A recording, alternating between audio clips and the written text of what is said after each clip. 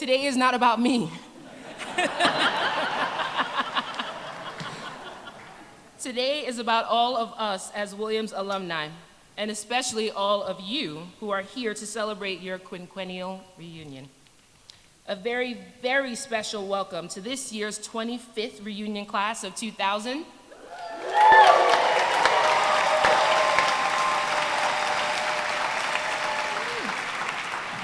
And to this year's 50th reunion, class of 1975.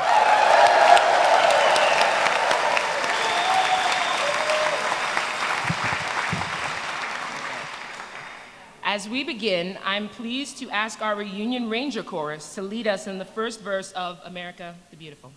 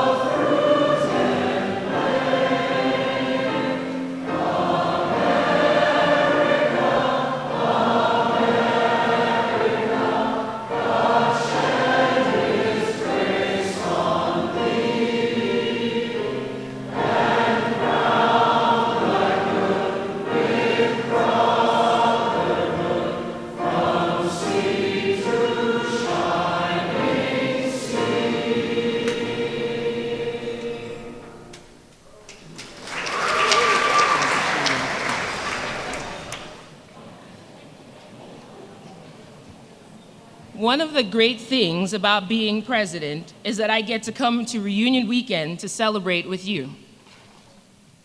A brief note, in addition to those listed on your program, I'd like to welcome here, seated on the stage, Paul Miller, class of 1970.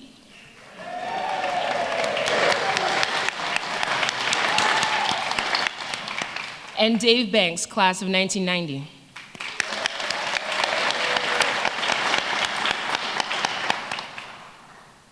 I'd like to extend a special welcome to the senior-most member of the Society of Alumni present here in the class of 1952.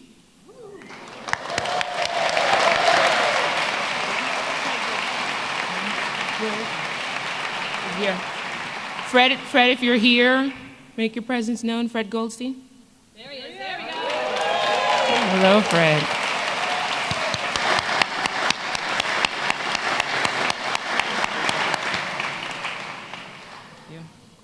There, in addition to Fred, hello Fred, there are 5 members of the class of 1955 registered, and the oldest among them by birth date is Phil Smith. So please, Phil, please stand.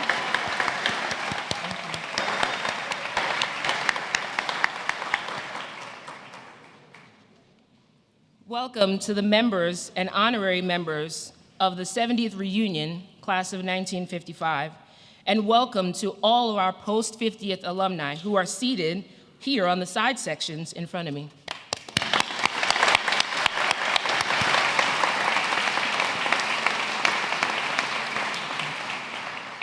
I have to say, I sure hope I'm here for my 70th reunion. I'm also pleased to welcome 3 alumni who have presided over past annual meetings as president of the Society of Alumni.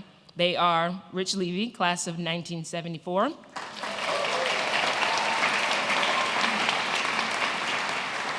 Sarah Molman Underhill, class of 1980 and seated on stage.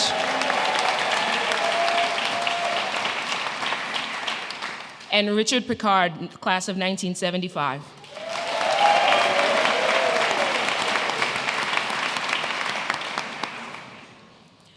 As we gather today, it is our custom to recall that there are friends and classmates who are no longer with us. Today, we recall in particular those members of the Society of Alumni who passed since our last annual meeting. Please note that they will be honored and remembered at the service of gratitude and remembrance tomorrow at 9 a.m. in Thompson Chapel. I'd like to invite Reverend Grace Burson from the class of 2000 to help us remember and celebrate them now.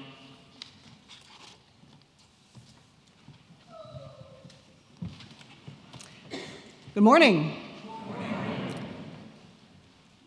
I lift up my eyes to the hills.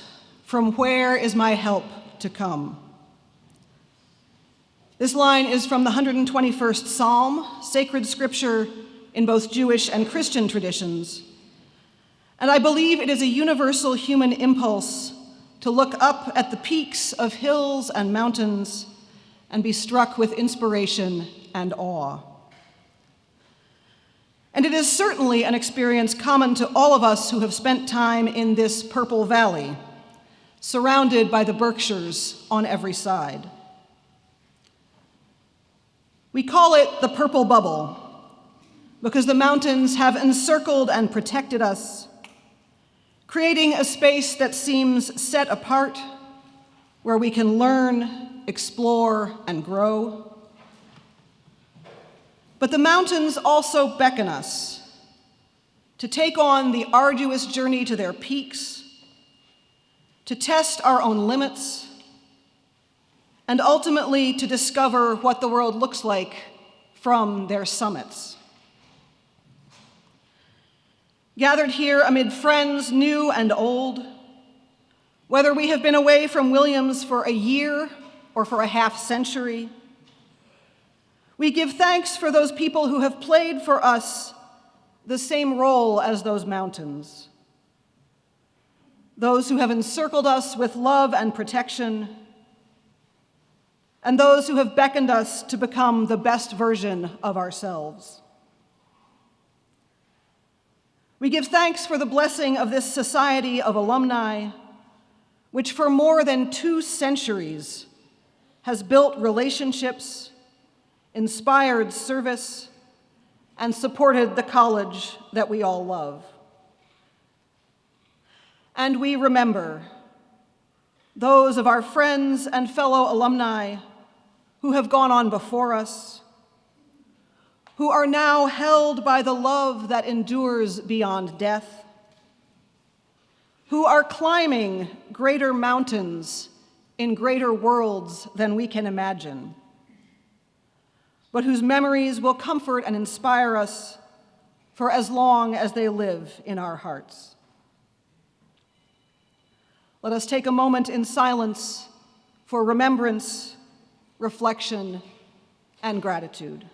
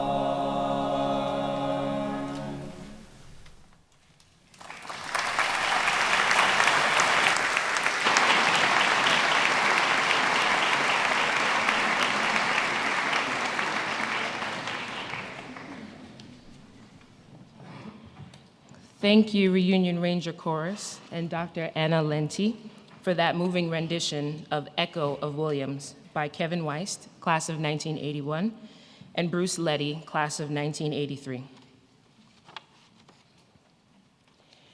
In addition to remembering our friends and classmates, it's my distinct pleasure to nominate their surviving spouses and life partners for honorary membership in the Society of Alumni. Nearly 1,900 surviving spouses and life partners currently hold honorary membership in the Society of Alumni, and it is clear from many heartwarming notes we receive that these honorary members appreciate this recognition. I'm pleased to see many honorary members here today. Now we wish to add as honorary members the surviving spouses and life partners of those Williams alumni who passed away during the last year. Secretary of the Society, Laura Day, has the list of names. May I please have a motion to elect the honorary members of the Society? Is there a second? All in favor? Aye. Thank you. Well done. Williams is the beneficiary of the incredible gift of thousands of hours of service by its graduates in a range of volunteer activities. Our alumni serve as trustees on the executive committee of the Society, as class officers, reunion leaders, and volunteers, class agents, and associate agents. They participate in and lead regional alumni associations and worldwide affinity networks and offer career guidance to undergraduates and alumni. If you give your time to Williams as a volunteer in any capacity whatsoever, please stand as you are able or otherwise make yourselves known to us and be recognized.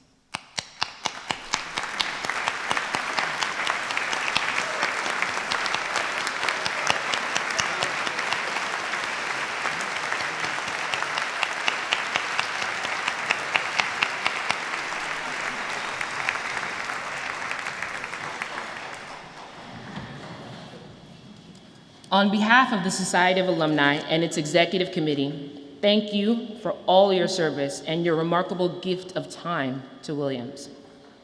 And by the powers vested in me, feel free to take the day off from volunteering next week. Okay, thank you, everyone. It's been more than 200 years since Williams alumni first took direct responsibility for the college's financial stability.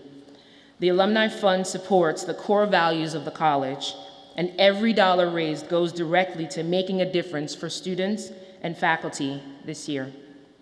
It's through our collective efforts that we continue to push the thresholds for support and generosity. This year, Nordia Savage, class of 2010, Jim Reicheld, class of 1987, and Whitney Hosty, class of 2003, have served as co-chairs of the Alumni Fund. Together, Nordia, Jim, and Whitney have led the Alumni Fund effort to amazing heights, including raising $13.3 million from nearly 12,000 of our fellow alumni to help make possible the transition to an all-grant financial aid program.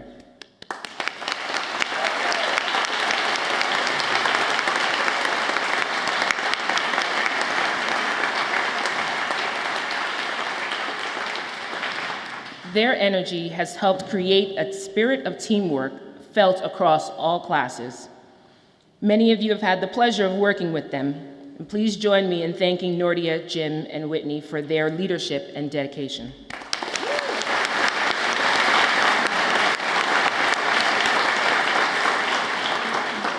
And now I'd like to turn the meeting over to Nordia, who will share highlights of this year's fund and recognize some special achievements.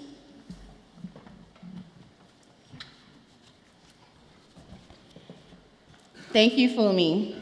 I'm delighted to be here today to celebrate my 15th reunion, class of 2010, and to also recognize the contributions of our fellow alumni to this year's fund. The move to an all-grant financial aid program has been inspiring for many alumni. So far this year, 1,400 alumni volunteered for the Alumni Fund and more than 41% of all alumni made financial contributions to Williams. Nearly a third of all living alumni, the vast majority of those who give, are members of the 1793 Circle, which recognizes those East who demonstrate our dedication to Williams through 5 or more consecutive gifts. And we have alumni here today who have also given for more than 50 consecutive years. Woo!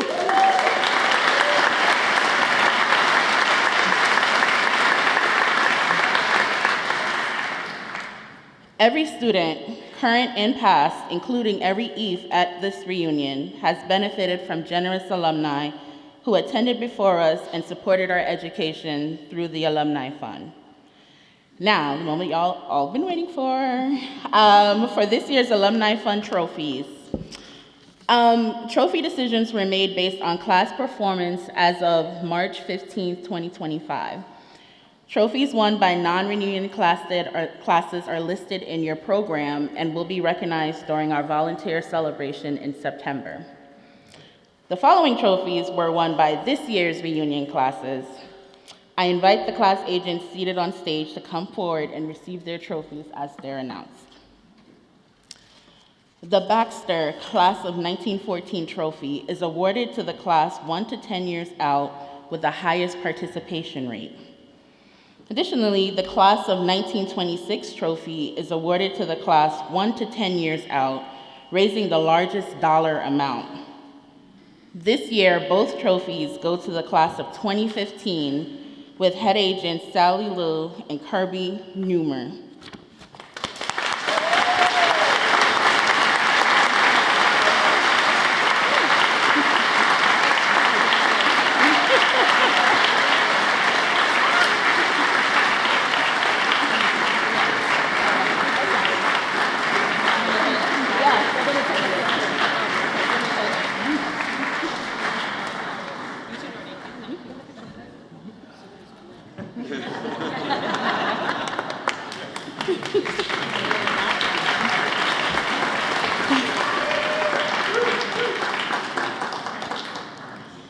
The Alden Trophy recognizes the classes 11 to 24 years out with the highest participation rate. This year's Alden Trophy is awarded to the class of 2005 with head agents Micah Helsley and Bree Loans.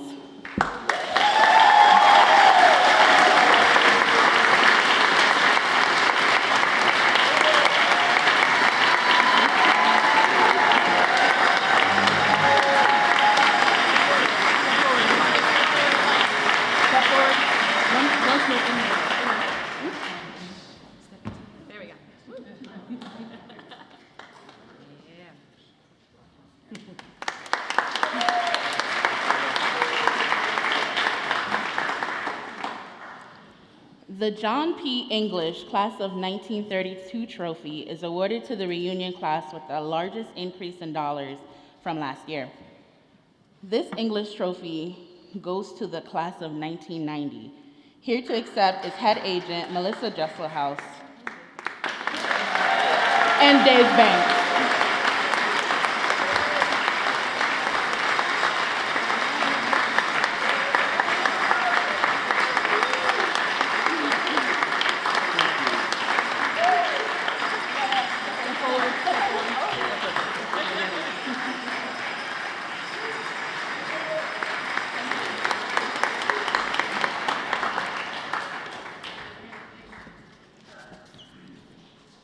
The John E. Sawyer Class of 1939 trophy is awarded to the post-50th class with highest performance factor, which is not a euphemism, but a mathematical equation of dollars times participation.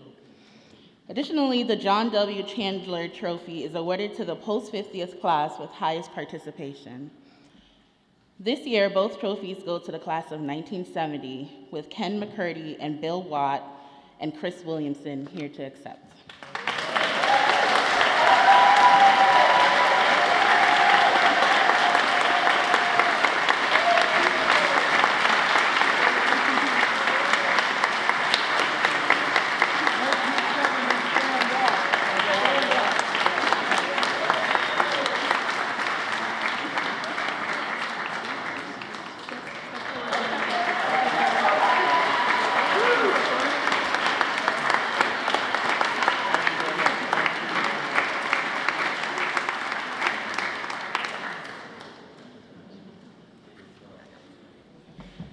Thank you again to all Alumni Fund agents and donors who helped make this year possible for Williams students.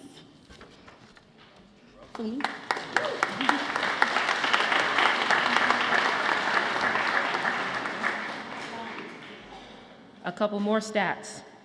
More than 1,924 alumni and nearly 3,000 alumni and guests are here this weekend. Thank you for your efforts to gather together in Williamstown. It is now my pleasure to honor the winners of the Reunion Attendance Awards.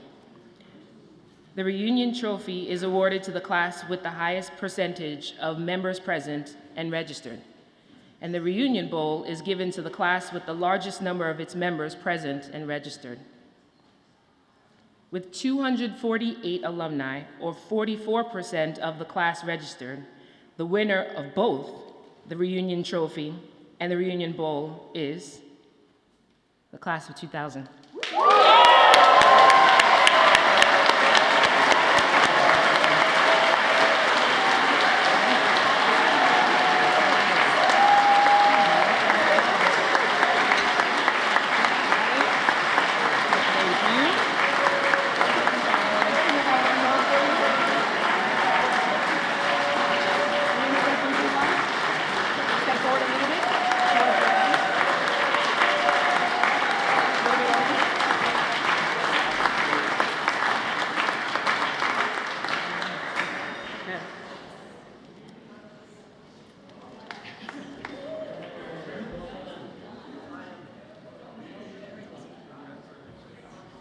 Thank you to the full group, and special thanks to Christy, Albert, and Heather. It is now my privilege to present the Kellogg Award, a very special alumni honor named for James C. Kellogg, a member of the class of 1937, and presented each year to a Williams alum in recognition of a distinguished career.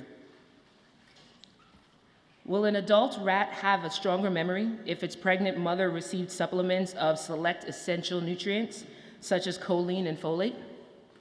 Will a rat's exposure to different hormones early in development have an impact on observed sex differences and memory later in life? These questions were key curiosities that our honoree pursued in her lab, and in doing so, she had a significant impact on the ways we think about the earliest phases of human development. Through her research, she proved that rats born to mothers who had received supplemental choline had stronger memories as adults and showed significantly lower levels of mental decline as they aged. This research on fetal brain development has helped shape how we now approach human prenatal vitamins and children's health, understanding that supplemental choline may have both an immediate and lasting impact on cognition and memory. She explored differences in memory related to exposure to sex hormones during development. At that time, she noted that the scientific consensus seemed to be that the memory function of male rats was better, and as a female scientist, she found that annoying. She designed experiments that tested rats' ability to remember multiple spatial locations, and then explored the impact of exposure to estrogen and other sex hormones to the rat's memory. She found that it took female rats longer to learn the task, but that these female rats' memories were more resilient. They were better able to find their way when environmental cues were removed from their path. Her favorite subjects may have been the students that she first taught at Barnard and then at Duke University. Upon her retirement in 2024, she noted of her teaching, "I'll miss the little aha moments of interacting with students and people in my lab. The undergraduate who didn't know anything about the way the brain works and suddenly gets some complicated process, or the graduate student running into my office to tell me about some new data they just collected, or a postdoc writing me a note saying they just found an academic position." Through her leadership, vision, mentorship, and dedication, neuroscience went from being considered too boutique to warrant its own course of study to one of the most popular majors at Duke University. With gratitude for all she has done to advance the knowledge and brain and memory, the brain and memory, for her commitment to rigor in science and education, and for her dedication to teaching and learning and discovering. We bestow this year's Kellogg Award upon Christina Tina Williams, class of 1975.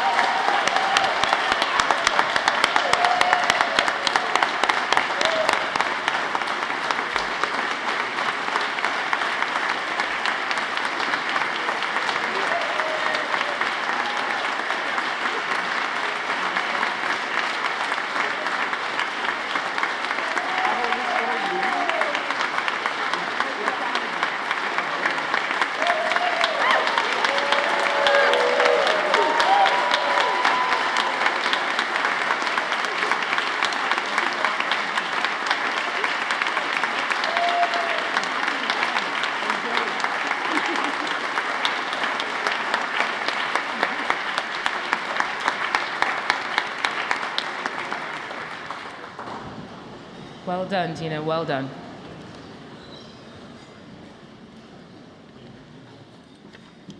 It is now my honor to introduce Williams College President Maud S. Mandel.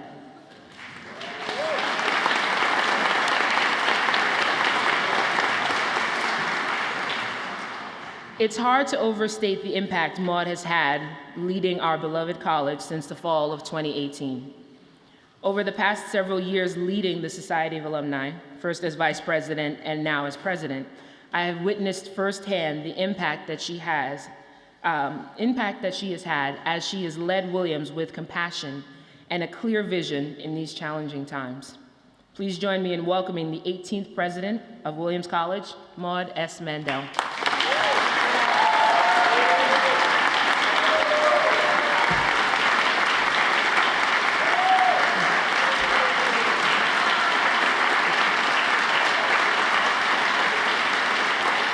Thank you. Thank you, Funmi, and thank you all for being here this weekend. It's such a joy to see all of you here. And how about that parade just out of the rain? Really well done. Nice.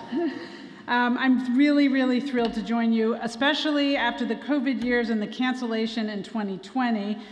The class of 2020's first ever reunion, the post-50th classes, a huge, huge turnout, and of course the milestone classes of 1975 and 2000. What big years for you. Welcome and congratulations.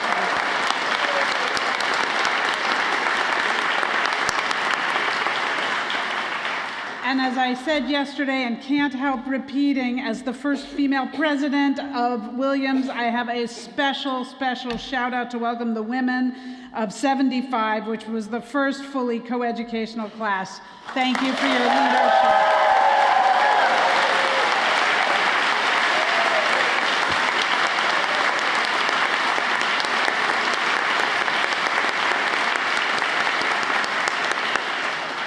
We have so much to celebrate at Williams College, and I really hope you've been spending your weekend celebrating. And I think it's so important today just to note that the things we're celebrating and reminiscing about are also under tremendous threat, and we need your help.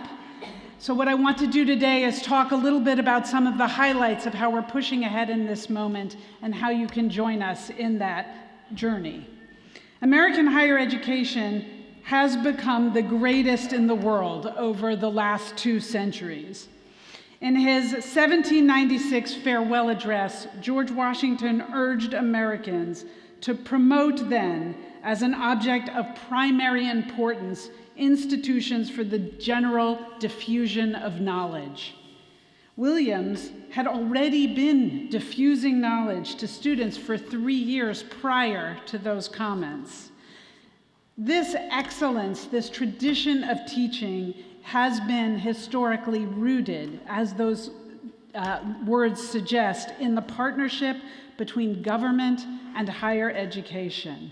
And that has come through clearly in the tax-exempt status of our institutions, which has allowed us to gain the significant financial strength that we have through and primarily with the help of alumni through the power of philanthropy. This has allowed us to extend our global programs. It's allowed us to bring deserving students from all over the world to this institution. And it has allowed us to support the crucial research that has allowed for innovation and that we just celebrated in the prize that we awarded today. These are the crucial building blocks of education and scholarship, learning, and knowledge that Williams has been in the forefront of engaging with over now so many, many decades.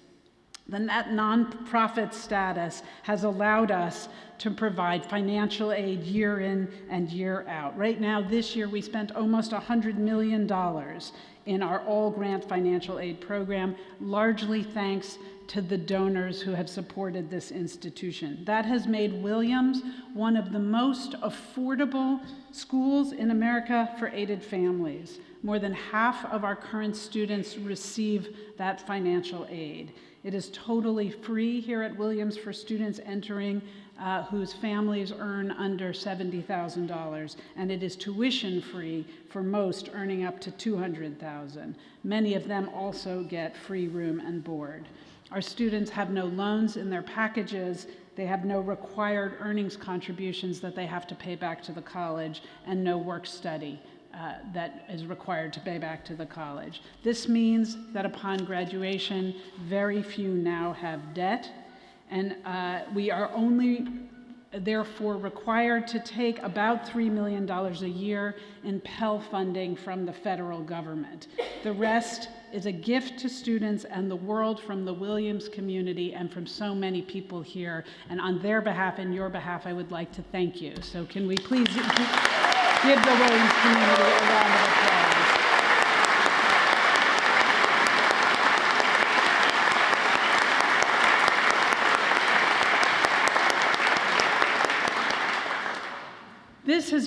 This ongoing support here has meant that we've continued to be able to attract the incredibly strong students who come here from every corner of the United States, every type of community, from a huge range of backgrounds, and very importantly, from all over the world. People come here from everywhere.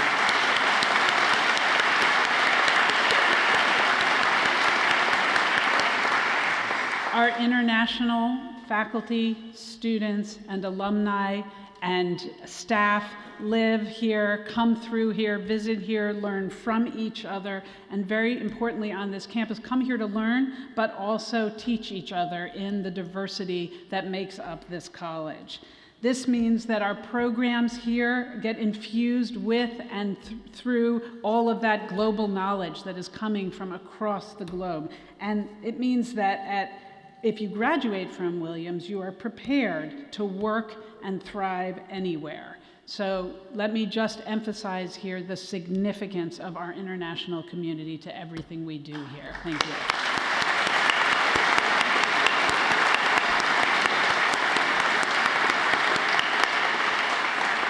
A third area that we have been focusing on heavily right now is on the federal support for research funding. Williams is actually not unlike our ones in the degree to which our faculty are committed in our science fields, actually in all of our fields, to the research endeavor.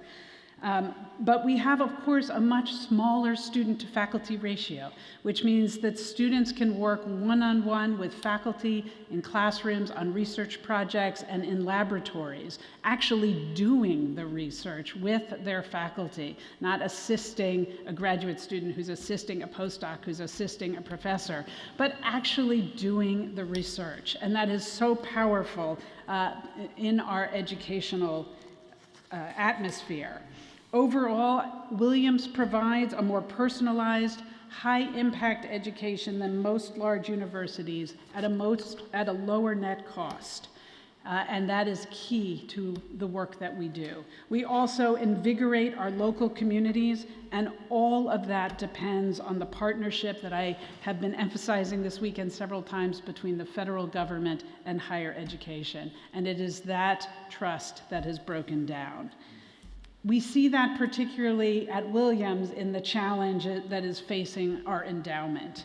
Those of you who are following the news know that right now there is a bill in Congress that will force us to move from our current 1.4% that we pay every year now, which is about $2 million each year, to an increase that would take William to a 14 or 21% rate. That means we would go from paying $2 million a year in taxes to as much as $49 million every year if we hit that 21% rate. That is more than 15% of our annual operating budget.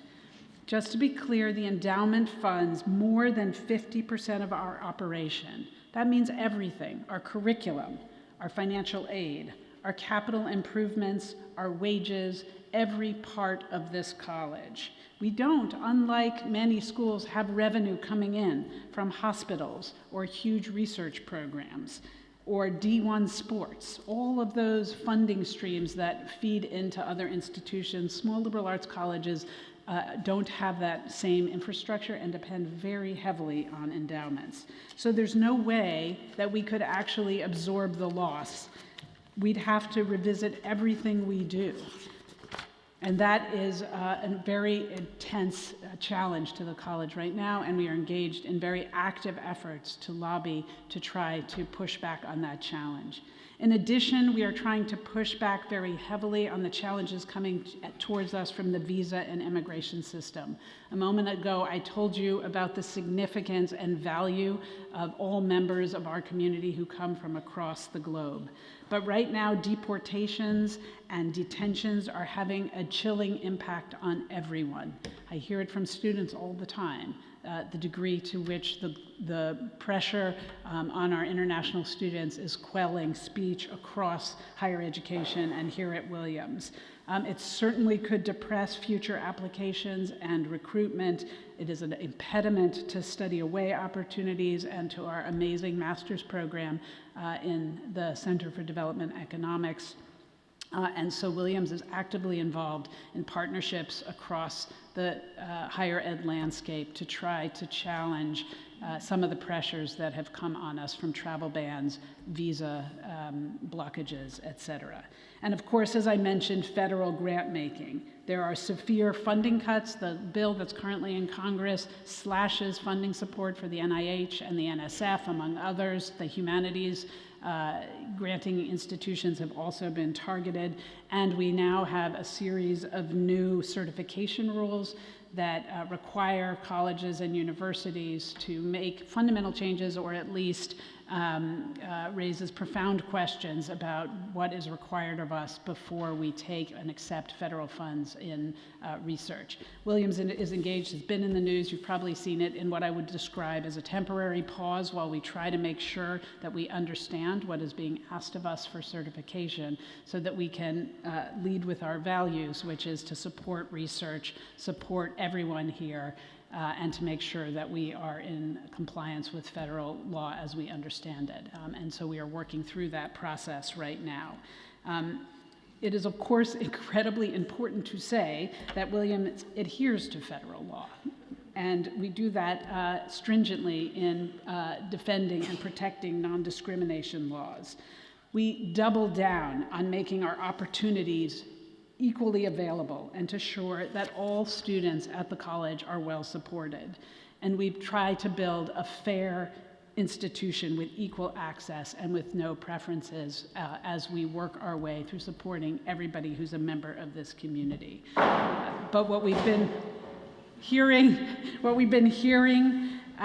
from Washington are challenges to due process, to fairness, and to ensuring that there is clarity of understanding for all of us in what the requirements are for colleges and universities at this time. So what we need in this environment is significant outreach to members of Congress, to government at all levels. And as we make this outreach, we also have to ask tough questions of ourselves. And many of you have heard me say over the weekend, and I will say every time I speak, it is always fair to call the question, particularly of institutions of higher education. It is always good to ask, are we doing things the very best way that we can do them? Are we excellent in all areas? And surely we never are. We are aspirationally always trying to improve ourselves. I know some of you heard me speak yesterday, but I want to repeat that the reason I am here today and that there are women in the class of 1975 is that Williams was willing to ask the question, are we as good as we can be? And the answer was yes, let's become better by letting women into Williams College. That was a self-critique. Thank you.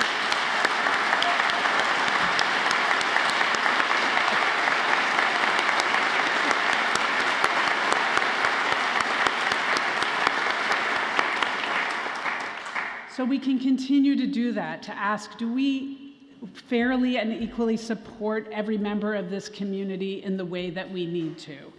Do we fully welcome and support people of a wide range of backgrounds and viewpoints as well as we can? Does every member feel respected and able to engage? Are we using our resources for their greatest educational impact? These are good questions, and we will continue to ask them, but we want to do this in partnership with the people who represent us in Washington, not in the antagonistic way that things have been moving forward. So we need your help as advocates. We ask you to share your Williams story with friends, neighbors, and lawmakers. Remind people why education matters. Write op-eds, write blog posts, call your senator. And let me be clear, I've said this so many times, this is not a partisan issue. You do not need to agree with everything Williams does. We are a community of many voices. You do not need to be on one party or the other to heed this call. You simply need to believe that education matters, that research matters, that scholarship matters, that learning matters in order to participate in this moment. If you can help, we call on you all to fill out the advocacy interest form, williams.edu/advocacy. It was in a recent letter. You can find it on my webpage. Please join in this conversation. We are right now actually in a pretty intense moment, given that the reconciliation process in Congress is going on with the tax bill that's been moving through those hallways. And we're seeing new developments every single day, moment to moment. So what I'm telling you is today based on the current situation, but don't think your voice doesn't matter. It matters as we continue to make clear why what we do here at Williams is essential in the larger landscape of education in this country. Meanwhile, we are a very strong institution. We are strong now, and we will continue to be strong. These threats will not prevent us from continuing to offer a superb education to any student who comes here. But we want to make sure that we can continue to do this in the exceptional way we have been doing it for so long, and your help is crucial to that struggle. Right now, here at Williams, students are multifaceted. This is a community made up of kind, committed, engaged, intelligent, wonderful students. You saw a few of them singing here today. We disagree on things. We argue about things. We learn together. We support each other. We challenge each other. Sometimes they challenge me. That's all part of the journey here at Williams, and I hope you can be intensely proud of them as we continue to uphold the values and commitments of this institution: free expression and inquiry, access and affordability, and building a supportive, fair institution for everyone who's here. As we go forward, what are our priorities for the future? We continue to build support for our all-grant financial aid program. I hope you got to see the hole in the ground, which by the next time you come back will be a beautiful new museum, which we use here at Williams to teach hundreds of students every year in classes across all of the disciplines. In chemistry, in music, in dance, in art history, of course, in environmental studies. Our students learn with and through art here, and will do so in that new museum. In our Global Scholars Program, which brings a cohort of students together in their sophomore year to learn together, about the world, this ever so challenging world, and to learn specifically how to do research on global topics and with global partners. And of course, in our athletics, physical education, and recreation program, which supports a highly competitive and educational infrastructure here at the college, and which we hope to renew the facilities in that spirit. We all know that there's lots to celebrate here at Williams in every arena, and our students are consistently doing their incredible work on the athletic fields and in the dance halls and in the classrooms and in the laboratories. At Winter Study, we have been renewing and enlivening, and so many of you were the first to experience Winter Study and all of the experiential power of learning together in a non-traditional setting. We've been renewing and refreshing that and trying to bring more alumni into that project. And we are doubling down on the dorms and dining infrastructure here at Williams in the year ahead. You'll be seeing all of that, and I hope you all had a chance to pop into our beautiful new Davis Center, which celebrates the multicultural collectivity that Williams seeks to support year in and year out. So this is a dark moment politically, but I just want it to be clear what a wonderful institution this is and how I'm not giving up the fight for folks to see what it is we can achieve together in this place. The United States global leadership depends on graduates from schools like Williams. You have made your mark. Our current students will make your mark. They contribute to every sector of society with empathy and with integrity. And if we want to ensure that American education, that a Williams education remains the best in the world, we need partners. Faculty partners, staff partners, student and family partners, and so importantly, public partners in the government. But here today, I want to stress particularly alumni partners. Since 1821, when Williams grads founded the first college alumni society, alumni have consistently, and I would say quite movingly, shown up for this college. Again, during World War I, when alumni created the Alumni Fund, we saw you representing in all kinds of powerful ways to support this institution. Thousands of you mentor students, host send-off parties, and welcome new graduates into your communities. And of course, the classes of 1975 and 2000 are showing us how it's done. Thank you for your milestone gifts to the college. We so appreciate your support.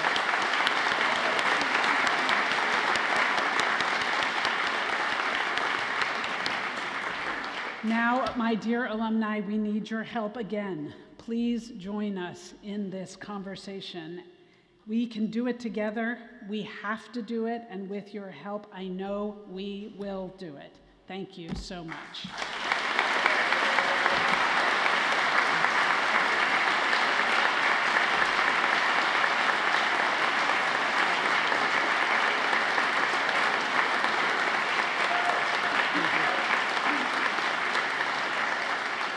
And now I'm delighted to welcome Heather Eckert and Tom Grant to share more about the impact of the class of 2000.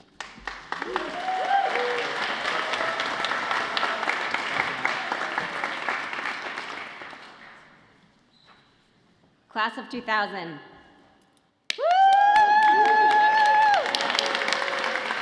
All alums in the 5s and O's. Williams faculty and staff. It is incredible to be back in Williamstown and an honor to be standing here with you this morning. I'm Heather May Eckert, and I have had the privilege of serving as treasurer for our class for the past 25 years and a co-chair of our 25th reunion and our 15th and our 10th and our 20th that we didn't even have. I am joined on the stage by Christy Grippy and Albert Niclario, co-presidents of our class and my reunion co-chairs.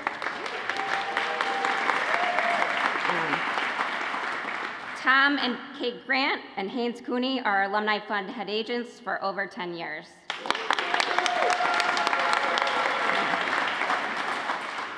Williams has been in my DNA for as long as I can remember, even when I was unaware of the impact the Purple Valley would have on me and my life. My dad, Ted May, is the class of 1970.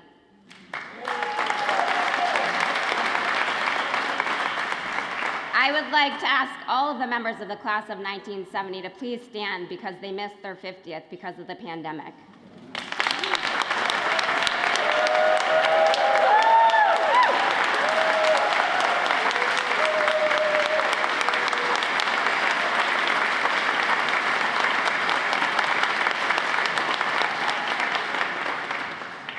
I'm still waiting for some of the undisclosed Brooks House circa 1969 and 1970 stories, by the way. Unwittingly or not, my favorite color when I was younger just happened to be a dark shade of a certain color that was not gold, and I knew what an EIF was before I knew my multiplication tables. Yet I did not know that my road would eventually take me to Williams D, Mission, a JA in Morgan Mideast, and a Tyler House third floor capstone. We did have the rat situation our year. In fact, in an effort to not influence my college process at all, my dad did everything but encourage Williams, and I almost applied early to another college that will not be named. In the final days of early decision, I came to my senses and applied to the right school in the regular pool.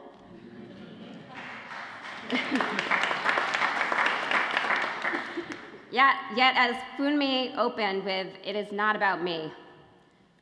Registering for Union Weekend, upon my arrival in Mission on Friday, the flood of memories started to come back, and I turned around from the registration table to find myself looking up at classmate Becca Parkinson, who had just driven back from Idaho over the weekend with her dogs to return to this place we all call home. We hugged each other, and I was a bit overwhelmed, to be honest. We both had tears in our eyes, reunited after too long, and ready for what was next. I had not seen Becca since our last reunion in 2015. Yet our joy and ability to pick up where we left off 10 years ago was like no time had passed. Over and over again, that was the theme for last night under the tent in Poker Flats, as I'm sure was the case in all of your reunion locations. We connected with classmates like no time had passed, and we're just so grateful to be back in this place we all call home for whatever that means to us. And coming in at 2:48, the Uh-Ohs are representing. Sorry, 1970, we had 2 trophies to your 1. But in all seriousness, it is the people that make this place, and a place that makes us all who we are today, because the fabric of Williams is woven so tight in our lives, regardless of our profession, our family life, our personal passions.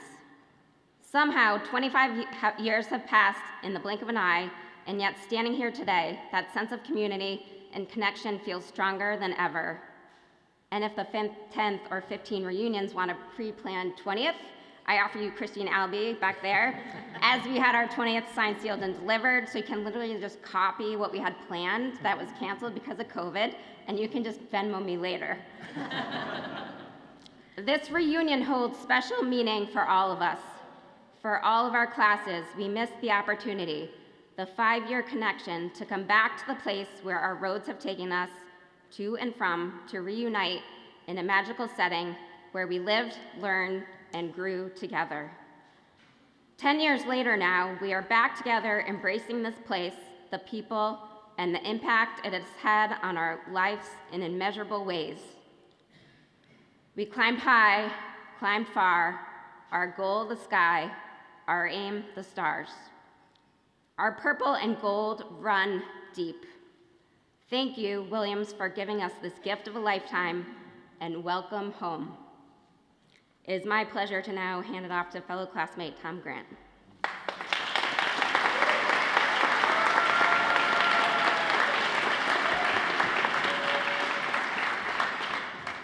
Thank you, Heather.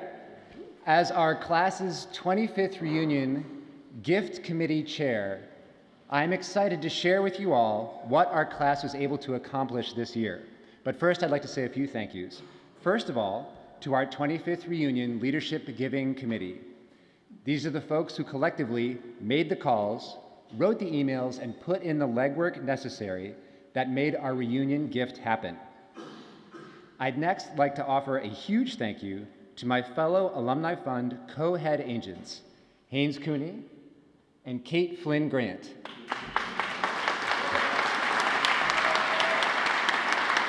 I just want to add that Kate is my wife. Kate, you are my 1 in 2,000. All right. Their dedication and teamwork, along with the whole Alumni Fund crew, has put the fun in Alumni Fund.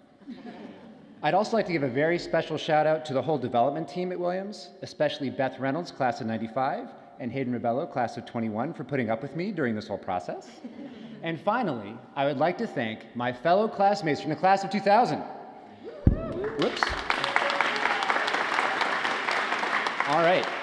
Did you know, fellow classmates, that we are the best class in the history of Williams College? Now, I gotta apologize, class of 75. You guys are awesome, but only one can be the best. So, let me share with you why we are, without a doubt, the best class in the history of Williams. We are the only millennial class in the history of the college, and will be for the next 975 years. We are the largest class in the history of Williams, except for the classes of 2020 and 22, but they are cheating whippersnappers. They don't count. We are the most intra-married alumni class at Williams. We have 38 classmates, or couples, so 76 classmates that married each other. What was in the grilled honey buns? We have in our class, amongst others, doctors and CEOs, a surgeon for your toes, storytellers and investors, authors and directors. We have consultants galore. We have investment banking managing directors. We have a professional painter, some art curators. We have lawyers, and an approximately equal number of ex-lawyers. We have deans, parents, engineers, therapists, librarians, nurses, trainers, and naturalists, and, now that we're getting older, we also have an acupuncturist. Yes, our class, the class of 2000, is truly remarkable, and if you need more proof, then I'm happy to announce that for our aggregate 25th reunion class gift, we raised $3.1 million with that's right. That's right.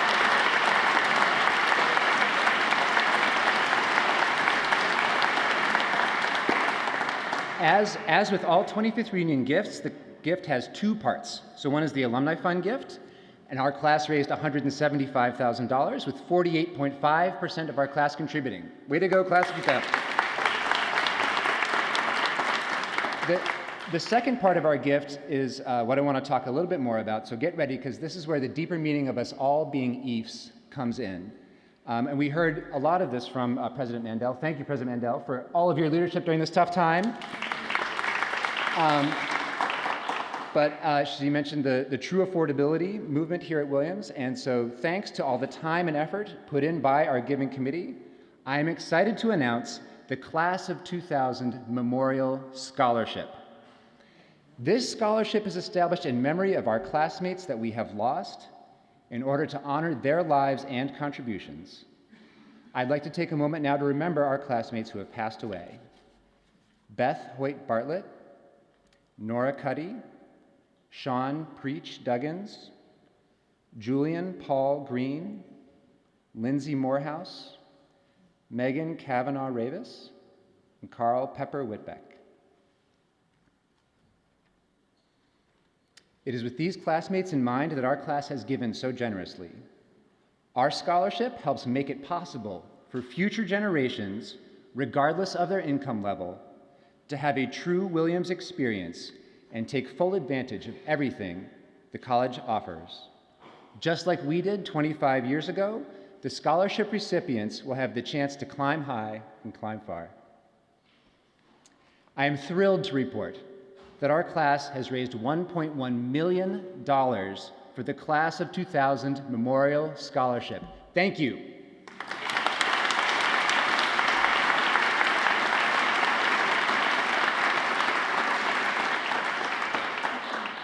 In addition, moved by the generosity of our class, several classmates have created family scholarships, raising an additional $1.2 million for financial aid. So in total, the Class of 2000 has raised a remarkable $2.3 million to support financial aid in honor of our 25th reunion.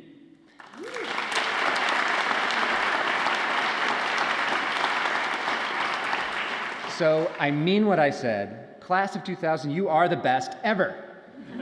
I feel so lucky to have classmates like you. Thank you, and go Eefs!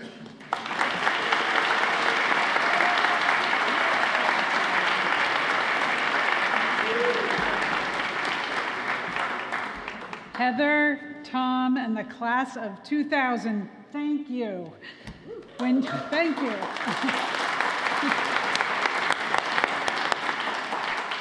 When you were at Williams, need-blind admission and need-based financial aid policies already were helping to shape a class of talented learners from a wide range of socioeconomic backgrounds.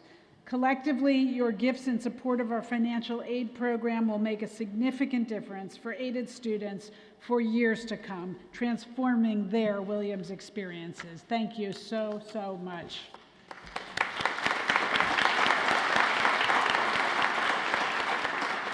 And now I have the pleasure of recognizing the Class of 1975 and welcoming Class President Joe Bond, Class President and Reunion Fund Co-Chair Martha Coakley, and Reunion Fund Chair Rich Pickard to the podium.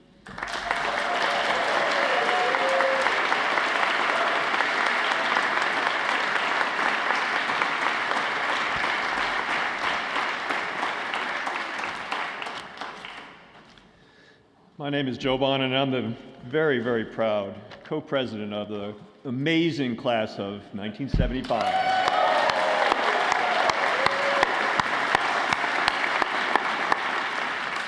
And before I even begin my remarks, I want to recognize our Reunion Fund co-chairs, Rich Pickard, Chair, and Barb Ostell, and Frank Rick Richards.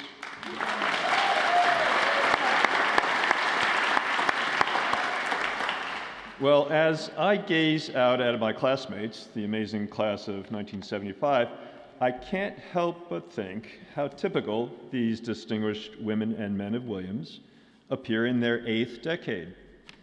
But I also easily recall how unique and groundbreaking we were almost 54 years ago. The first 4-year fully coeducational class.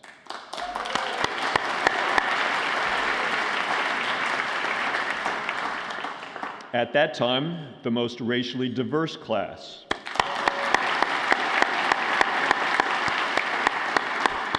And the very sharp jump in overall class size. Now, when I look back, I believe at times we were challenged by our differences. I know that Williams was often challenged. Yet, in so many ways, we grew stronger, engaged in meeting those challenges, and we laid the foundation for the college we admire and are bonded to today.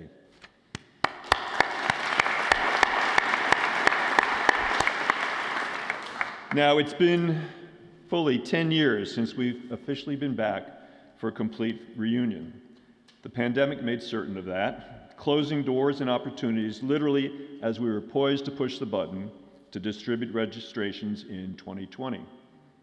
But in the 5 years since, we've made the most of novel ways to gather, especially virtually, to share our creative selves, to learn of each other's lives, loves, joys, and sorrows.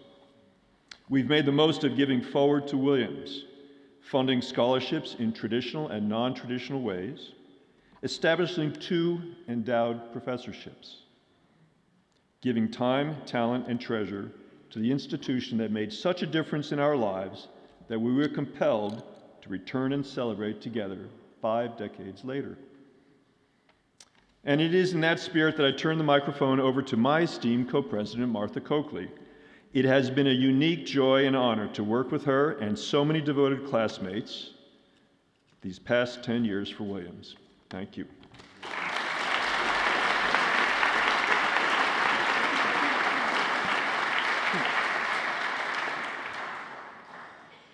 Unlike the class of 2000, it takes 3 of us to do this, so.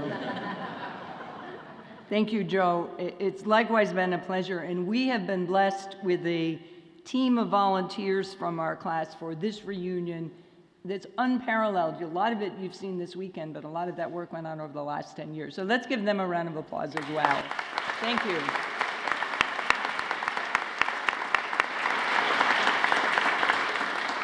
So here we are in the roaring 20s of the 21st century, 250 years after Paul Revere rode to warn colonials that British regulars, by the way, he didn't say the British were coming because everybody was British, the British regulars were headed to seize their gunpowder. It was the beginning of the revolution and the end of the tyranny of a king.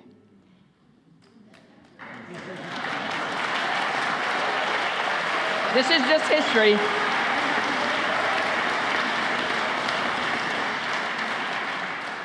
It's 100 years after the infamous Scopes monkey trial, and it is 50 years after the opening of the movie Jaws. And if you stop for a minute, you can hear that music, right? It's coming. What would we now advise our younger selves starting in 1971? Or even those youngsters from the class of 2000, now graduating 4 years later, about what we have learned over these 50 years about life, liberty, and the pursuit of happiness. For instance, what if the hokey pokey really is what it's all about? Maybe there's not much we would have listened to then. Those starting this fall at Williams cannot imagine what they or Williams or our constitutional republic will look like in 2075. We could offer reflections, as we do today, about how lucky we were to be at that place and time, to be part of something bigger than ourselves, to learn from our professors, our classmates, and yes, ourselves, and to establish our interests, our talents, our strengths, and our weaknesses. We started an adventure in lifelong learning in 1971 in this Purple Valley, sometimes Purple Bubble, mentioned earlier this morning, which was sometimes a good thing and sometimes not. We moved from students to alums in 4 short years, and as many of us know, some of those moments are etched in our memory, and some we have clearly forgotten. We became part of the great chain of Williams' being, and we did not bask when we graduated just in nostalgia, but put to use every day what and how we learned while we were here, and as Joe noted, in a larger, more diverse class than Williams had yet seen. We could have said to our former selves, knowing what we know now, that there have been and there always will be challenges to our democracy, getting it started 250 years ago, seeing it splinter during the Civil War, and now. And we could have said there will be challenges to our belief in science, with the need to reconcile our faith. And we could have said, there will be sharks. Are they very dangerous or just misunderstood? Or maybe both. But those and more are all challenges that we had to learn about and learn to face ourselves. And William surely helped us do that. For that and our classmates here and who are watching from elsewhere, we are forever grateful. As one of our classmates signs is every email, life is a gift, pay attention while unwrapping. Williams was and continues to be part of that gift to us, and our gifts to Williams this year recognize our unique and revolutionary class, and our gifts now invest in Williams' unique strength as a teaching undergraduate liberal arts college without parallel. With that, I'm turning it over to our peerless and fearless Reunion Fund Chair, Rich Pickard.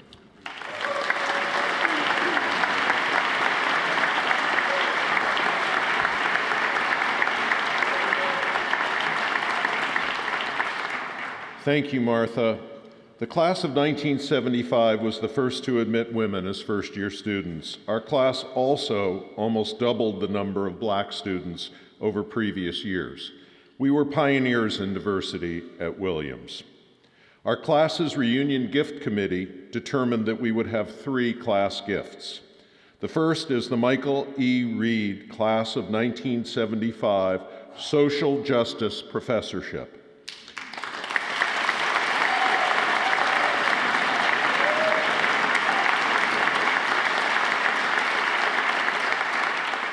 Proposed initially by a cohort of our black classmates, our reunion gift committee sought input on and modified the proposal, and then met with the college administration to confirm the details that would make this gift acceptable to the college and our class.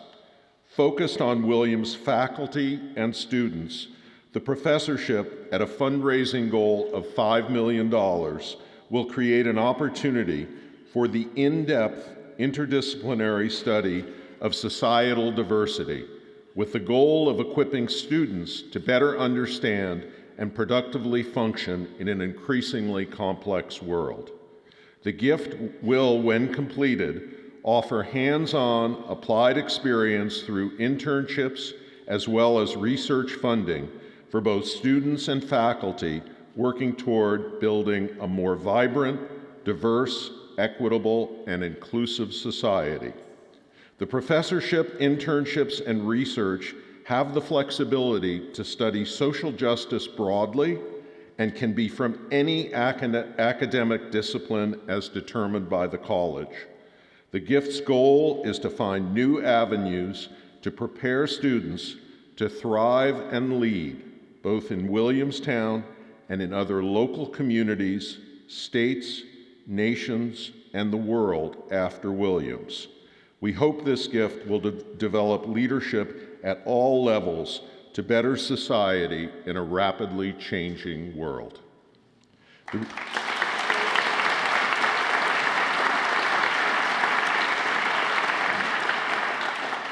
The Reunion Gift Committee named our first gift after Mike Reed, who was our classmate, an All-American track star at Williams, a great guy who won a bicentennial medal awarded by the college in 1993 for his work in developing the potential of underserved youth. He was elected as an alumni trustee of Williams, served the college professionally as its first vice president for strategic planning and institutional diversity, and after leaving Williams, professionally headed diversity initiatives at Dickinson and Bowdoin. He was a class officer when he passed away from cancer in 2022. Our class's second gift is a scholarship fund to meet the needs of Williams' non-traditional students. These are students who took time off after high school before matriculating at Williams.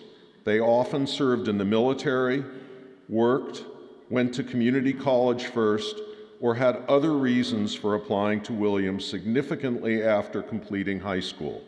Williams non-traditional students bring their perspectives and life experiences, which often have a wonderful effect on the student body as a whole.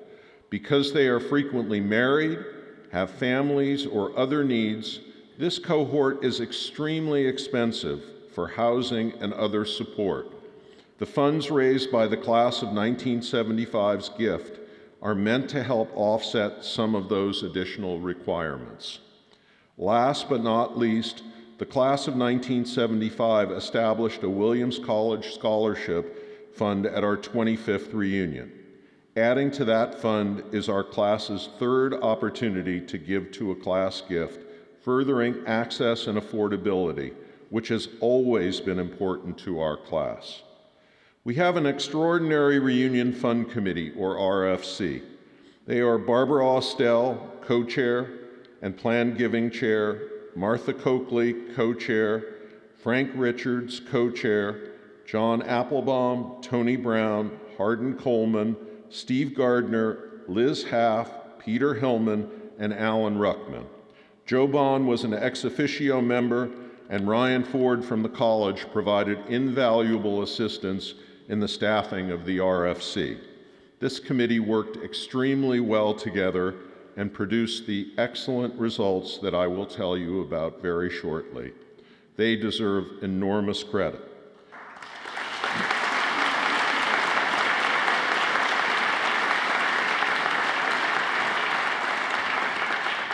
There is one more person who served briefly on our Reunion Fund Committee who I need to remember, and that is Anton Vestabrucci.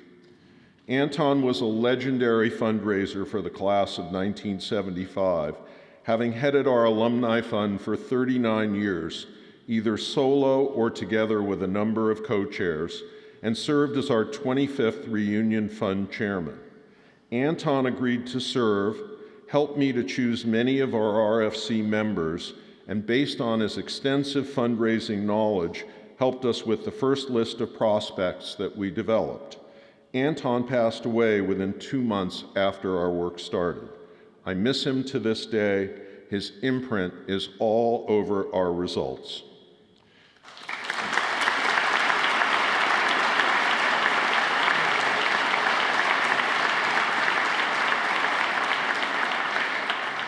Ryan Ford, Darlene Alderman, Kate Hyde, and other personnel from the Development Office, and Margaret McComish and Annie Art from the college's Office for Planned Giving provided excellent guidance, coordination with the college, services, and emotional support to enable us to collectively produce the results that were achieved.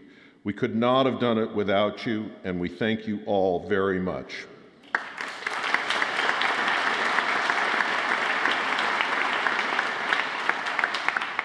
A goal of good parenting is to raise children to be independent adults who do not always think exactly like their parents. A Williams education, in a like manner, developed individual classmates who were independent thinkers and had no qualms about expressing exactly how they wished the college to use the money that they donated or pledged to provide.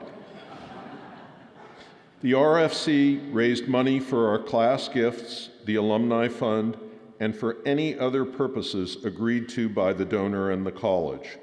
It is in this latter category that many of our classmates express their independence. Therefore, our gifts cover a wide variety of needs for the college. And now for the results of our class's fundraising in honor of our 50th reunion.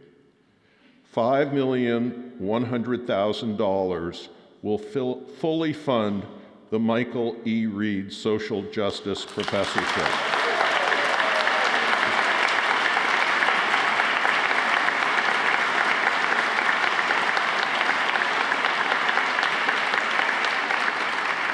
Fundraising will continue for the internship and research components of that gift, but not for another 5 years.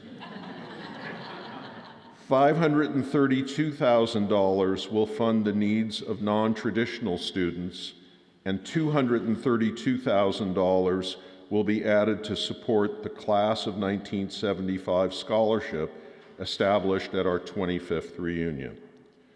The remaining exemplary contributions from our classmates will be used to support many other areas at the college. Just a few highlights include another full professorship in neuroscience, the new Williams College Museum of Art, recent work on the Science Center, the iWise healthcare program supporting mental health, funds for the music and geology departments, money for the basketball and wrestling teams, and much, much more.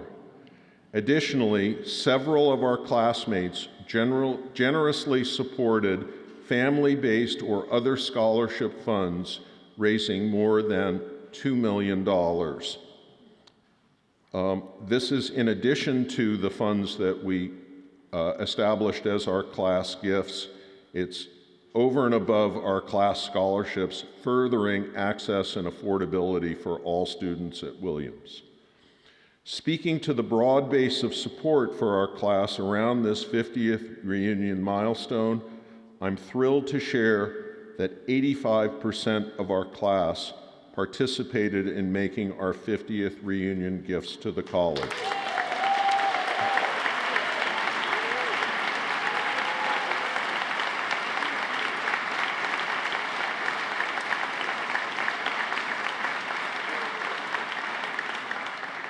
It gives me great pleasure to announce that the class of 1975, for its class gift, will donate to Williams College a total of $34,300,000.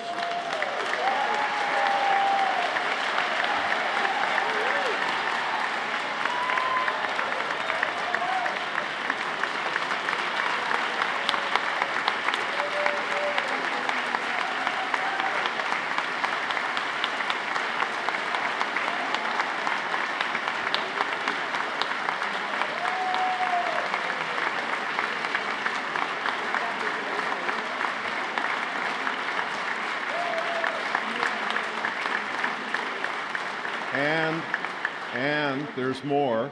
And in addition to the money our class raised, we received generous gifts from the family and friends of Mike Reed, as well as members of the Williams community from other years and members of the Board of Trustees of Williams who knew and worked closely with Mike. All of those donations and pledges are tremendously appreciated.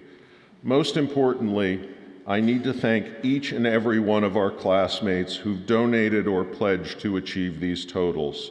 You are the most important people in this effort. Thank you for responding to our outreach in a spectacular fashion to achieve these results. The class of 1975 is very proud to give back to Williams College for all it has done for us and to enable present and future generations of Williams students to receive an education similar to or better than the education we received. Thank you.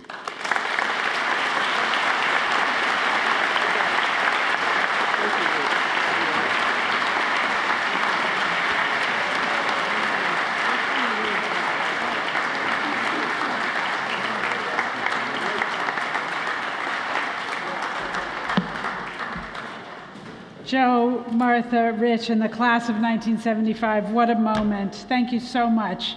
Since graduating, you have collectively served society in a wide variety of ways in your personal and professional lives. And through your class gift, you help prepare future generations of Williams students to make their own contributions beyond the Purple Valley. Your support of the college through establishing the Michael E. Reed Class of 1975 Social Justice Professorship and related internship and research funds will sponsor the work of a distinguished faculty member whose work is focused on social justice from any department or discipline and help prepare students for living and working in a increasingly complex world. Further, you are expanding access and affordability at Williams through augmenting the scholarship fund established at your 25th reunion and endowing another scholarship with a preference for non-traditional students, those coming to college from the military or community college or the workforce here at Williams. Thank you for making this investment and all the Williams students who follow you. We are deeply, deeply grateful for your support. Thank you.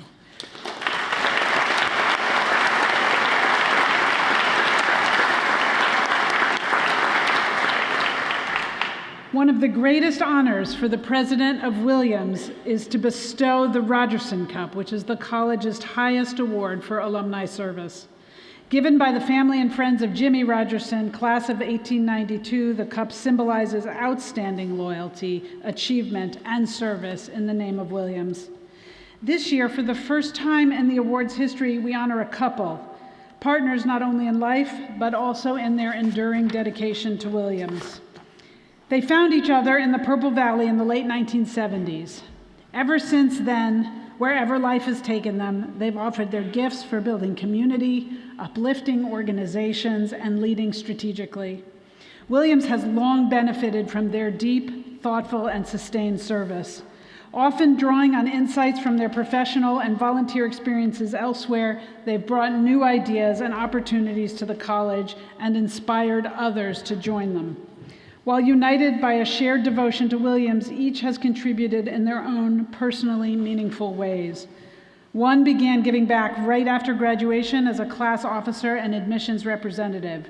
Her leadership grew to include roles as a regional association president and member of the Alumni Executive Committee. A steadfast class agent, she later served as Alumni Fund Vice Chair and co-chaired her 25th Reunion Fund Committee. Most recently, her dogged determination and welcoming attitude were on full display as she helped envision and launch highly successful women's leadership giving initiatives that have created lasting bonds among alumni. The other re-engaged with Williams in the lead up to his 25th reunion and quickly became a vital alumni leader. From steering his own 25th Reunion Fund Committee to co-chairing the Williams campaign, from joining the Board of Trustees to chairing a presidential search, his service grew and grew. He ultimately helped lead the college as board chair. To every role, he has brought his characteristic energy, humility, and commitment to privileged governance. Their individual legacies are significant and alone worthy of this recognition, but together, their partnership is extraordinary. They are conveners and catalysts. They ask questions with genuine curiosity. They are consummate hosts and generous contributors. And when Williams called, they always answer. With immense gratitude and pride, and in recognition of their profound contributions and shared devotion to Williams, we present the college's highest honor for alumni service to Greg Avis from the class of 1980 and Ann Richardson Avis from 81.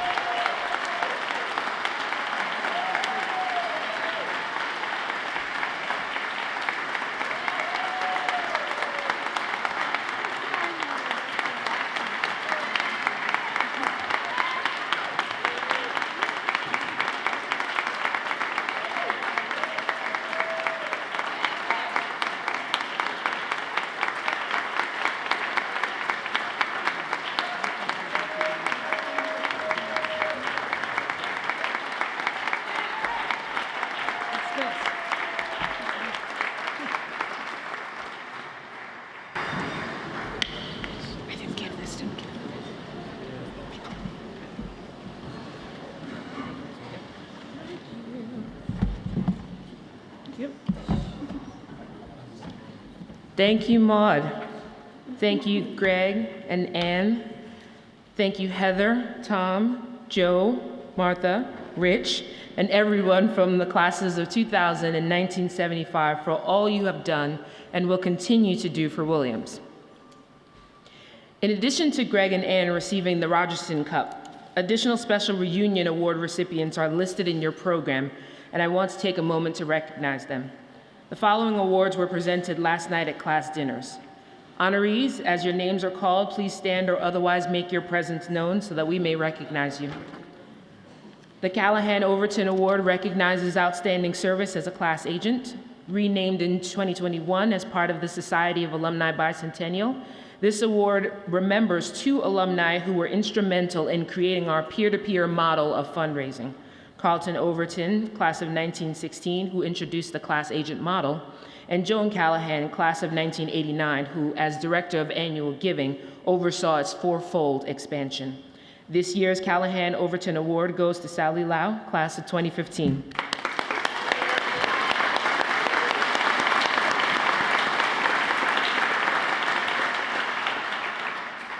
The Copeland Award honors an outstanding member of the dedicated core of alumni who helped bring together prospective students and Williams College.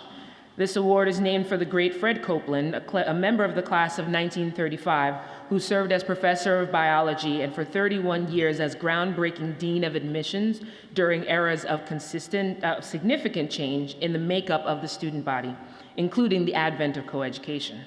This year's Copeland Award goes to Gina Coleman from the class of 1990.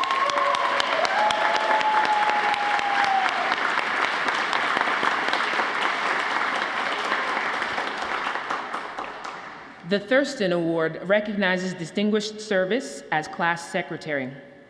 This award was donated by the family and friends of Ted Thurston, class of 1912, who wrote class notes for 65 years. During this time, Ted missed only one deadline, and only because he forgot to send his completed notes to the magazine. This year, the Thurston Award goes to two long-serving class secretaries, Julie Behrens from the class of 1975,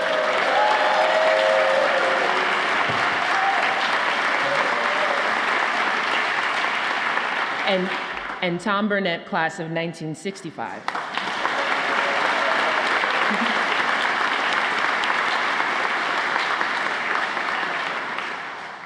The Joseph's Coat Award, bestowed annually upon a member of the post-50th class who is held in high esteem by Williams and fellow alumni. It was inspired by an eye-catching specimen worn by Alumni Secretary Charles B. Hall, class of 1915, to an Alumni Fund event. This year's honoree is Jim Briggs, class of 1960.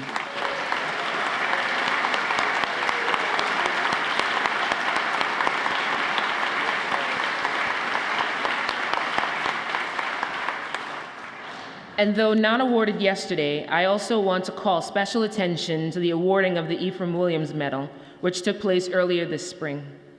This award is given in honor of the college's founder, a self-educated man whose generosity has led to the exceptional educational opportunities for thousands of young people. It is awarded only occasionally to a non-alum who has demonstrated exceptional service and loyalty to Williams. This is just the 16th time that the medal has been awarded. It was presented on May 15, 2025, to Associate Director of Communications and Director of Sports Information, Dick Quinn, who retires from Williams this year after more than 35 years of dedicated service to the Ephs.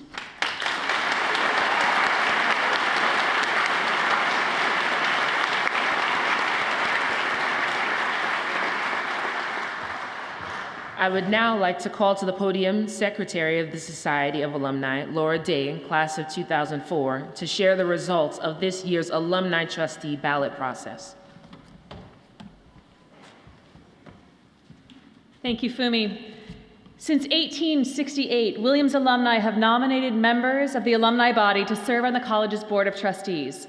Each year, the Society of Alumni selects one member at large to serve a 5-year term as alumni trustee of the college upon their nomination by the board. In accordance with the Constitution of the Society, a nominating committee was appointed to select candidates to stand for election as alumni trustee. Its members are listed in your meeting program. This year, the alumni trustee candidates were Christine Choi, class of 1991, Arun Dhingra, class of 1990, and Enrique Perez, class of 2001. This year, 6,145 ballots were cast, and I'm delighted to announce that you, the Society of Alumni, have selected Arun Dhingra, class of 1990.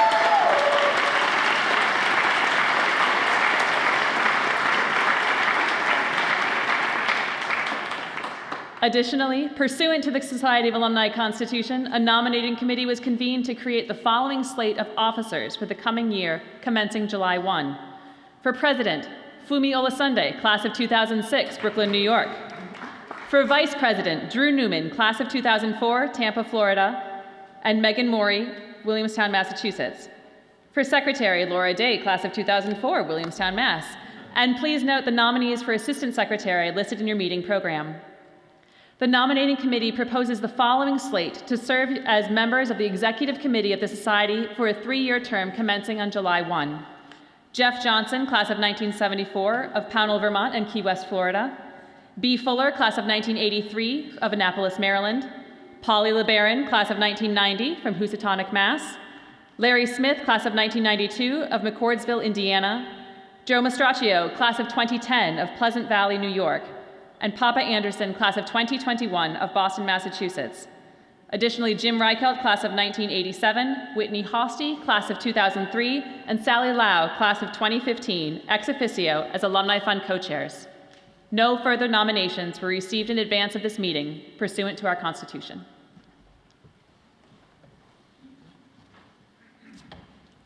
Thank you, Laura. I believe a motion is in order to elect the slates as proposed for society officers and members of the executive committee. Is there a motion? Is there a second? All in favor? Aye. Opposed? Well done. Thank you, everyone.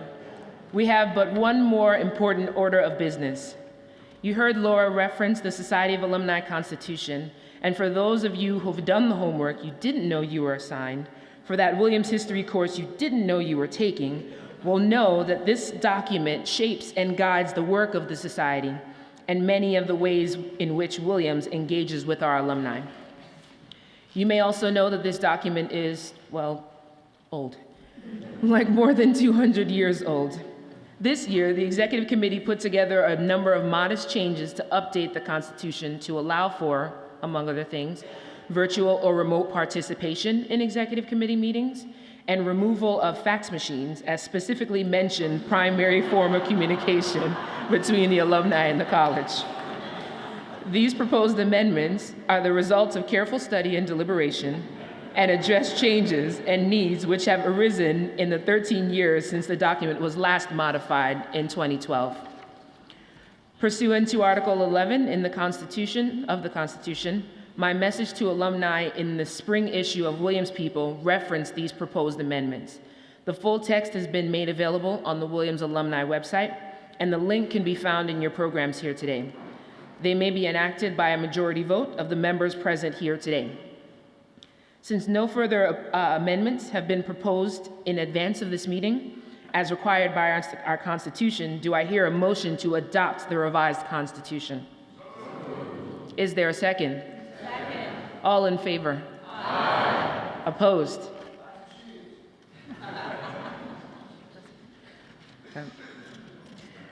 Thank you all. Now I will quickly I'll do my best to get you out to lunch as quickly as possible. I have just a few short housekeeping announcements before we close these ceremonies. The picnic for alumni, family, and friends will be held at Pereski Lawn immediately after this meeting.